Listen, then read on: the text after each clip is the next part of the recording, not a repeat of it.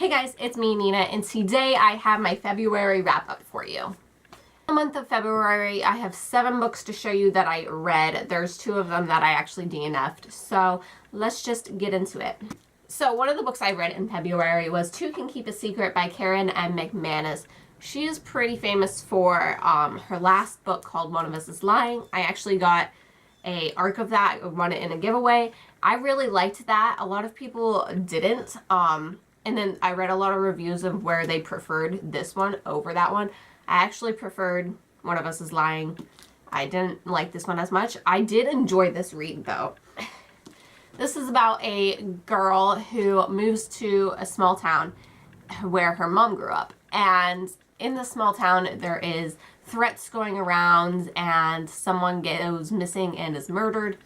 And this girl is obsessed with investigations and wants to know what really happened, who's the murderer, who's doing these threats, why was this person targeted, you know, are the threats the same person from who the actual murderer is.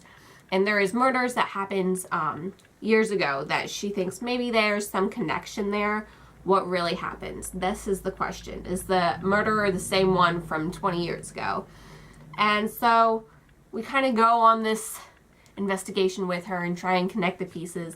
It was an okay story. It was a fun suspense mystery novel, but it wasn't great. Moving on, I have Belzar from Meg Wolster. I really liked this cover. I really liked the font, how much it stood out. But the cover to me looked like a contemporary read, which I would have read as an angsty teenager, which I am no longer that. So I didn't know I was going to like this book.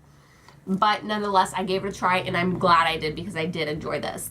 This revolves around a girl who has recently had to deal with the death of her boyfriend, and she's kind of in a fragile state. So she's sent to a special school that deals with kids that have certain situations that don't necessarily need to be in a psychiatric hospital, but they can't really function in a normal school. So it's kind of like an in-between. There she is put in a special class with a couple other students, and only a few students a year get picked for this class, and it's an English class, and they talk about Sylvia Plath and what she went through in her life and all of that jazz. And then they are given journals to write in, and these journals are actually magical, and they take you back to whatever situation it is that you're here for. So when she wrote in her journal, she went back and she got to see her boyfriend and spend time with him and figure out what exactly happened. And so this is like a contemporary novel, but with magical elements, I would say. I wouldn't necessarily label it like fantasy or anything, because like it's not, it's a contemporary read, and there's only one magical element, and that's the journals. I really did enjoy this though. I thought the ending was great. I thought the characters were great. I thought piecing together all the backgrounds of everyone is phenomenal. I loved it.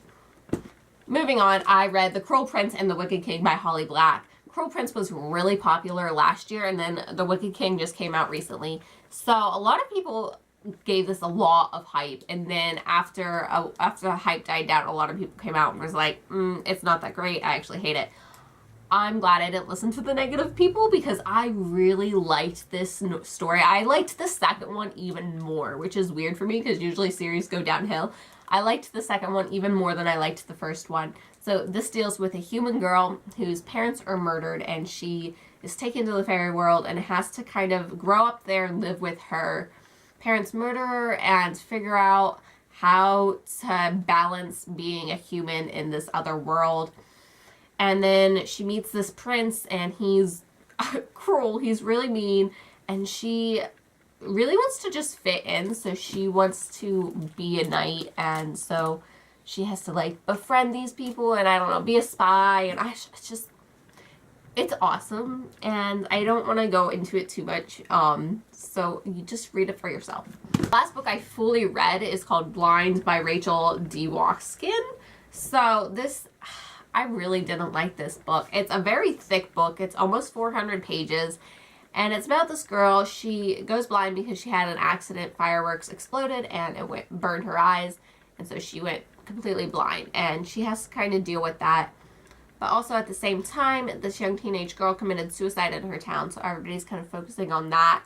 And she's kind of like balancing the two. I just didn't like this novel. It felt like a lot of nonsense put down on 400 pages when it could have been 200. I didn't understand why we were even talking about the suicide girl.